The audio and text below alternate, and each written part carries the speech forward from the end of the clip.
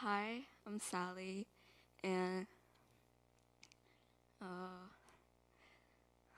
okay. So as a lot of thoughts lingered in my mind as I try to choose what to talk for this event, and as you guys all know, the keyword for this year's theme was Uncharted Horizon, and I reflected back to my short 17 years of life about what what I went through, and I realized I didn't that I realized that I am still very young and there aren't much that I achieved, like one of those like successful businessmen who comes up to the official TEDx stage and talk about how successful they are. But there is one thing that came up in my mind after like a few minutes of thinking, which was uh, my ADHD. So since I was very young, I had a hard time focusing. And as you guys all know, the main symptoms for ADHD is a common mental disorder where people generally have a hard time focusing on a task. For me, I when I was really young, for me, I couldn't even finish reading a page of a story or finishing solving math problems that was a bit complicated because I would just zone off to other surroundings the second after I start to do something. So,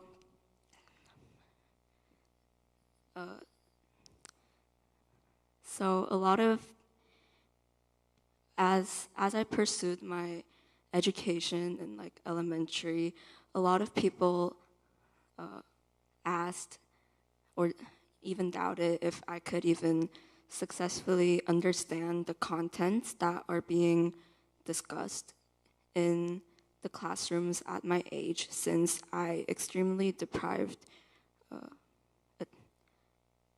focusing skills where like where I didn't even have the minimum focusing level that people at my age did. People often ask me like, why do you always shake your leg? Why can't you just focus? Why can't you just make an eye contact with me? Why do you always twist your leg? Or why do you always rip the paper that is right next to you? And that's true. Not a single paper survived out of my hand because, you you know, 'cause I had ADHD. But at that time, I had no idea that these could be the symptoms for ADHD. And since I did not even know there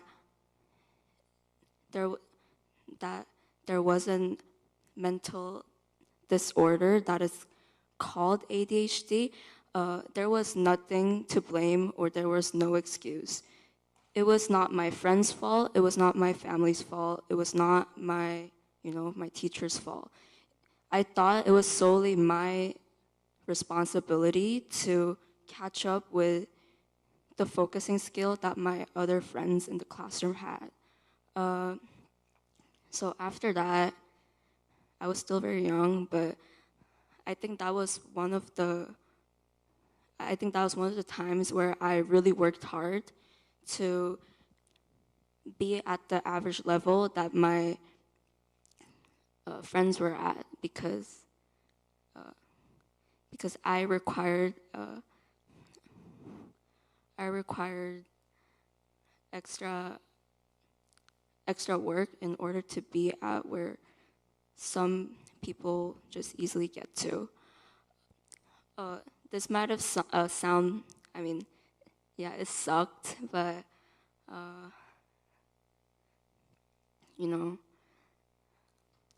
but this process was also like a blessing to me because through these years of experience, thinking that I need like double, triple amount of effort in order to be successful and to prove people wrong that I couldn't even finish basic education due to my focusing disabilities. I had to find something that I truly love, that nothing can hinder my my focus. For example, for example, reading a book and writing my own story became really enjoyable for me as I pursued my further education in elementary, middle school, and high school. And also, I found my love for other things like volleyball.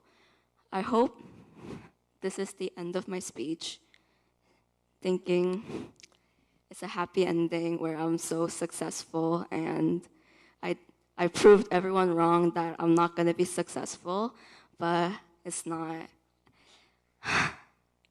Okay. Sorry, guys. I forgot my speech. Okay.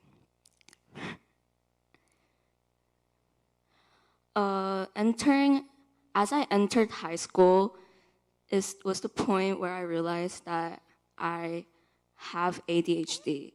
Like, the uncertainty that if I had ADHD, like the question mark that if I had ADHD turned into a period mark. And I think you guys are all thinking, well, isn't that better since I can just declare that I need help since I have ADHD? Well, I thought that too. I thought since I know why I'm like this, my life would have been easier. But then that diagnosis soon turned into major slacking and justification that I don't need to try hard. So I never even tried to focus to do anything, never even tried to find a passion for myself. I was just there existing, soullessly talking to myself, oh, I have ADHD. And as soon as I noticed that something was wrong, it was first semester of junior year, sitting in Mr. Hidalgo's office regarding my A2. But every time I faced my teachers discussing about my poor academic status, I just talked to myself. It's because I have ADHD. There's nothing I can do about it. So I talked to myself and I prayed to God again.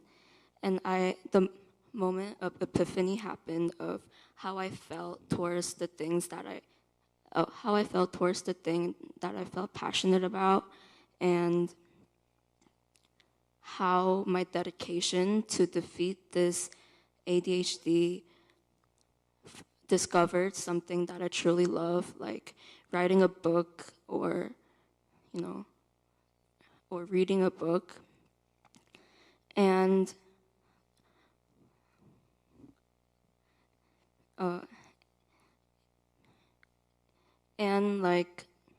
the motivation started to gradually come back. I think what I'm trying to say here is not don't go to hospital so you can get yourself checked up. There are things in life that you expected that it's going to make your life better, but that can actually defeat the purpose of your life and your motivation. Thank you.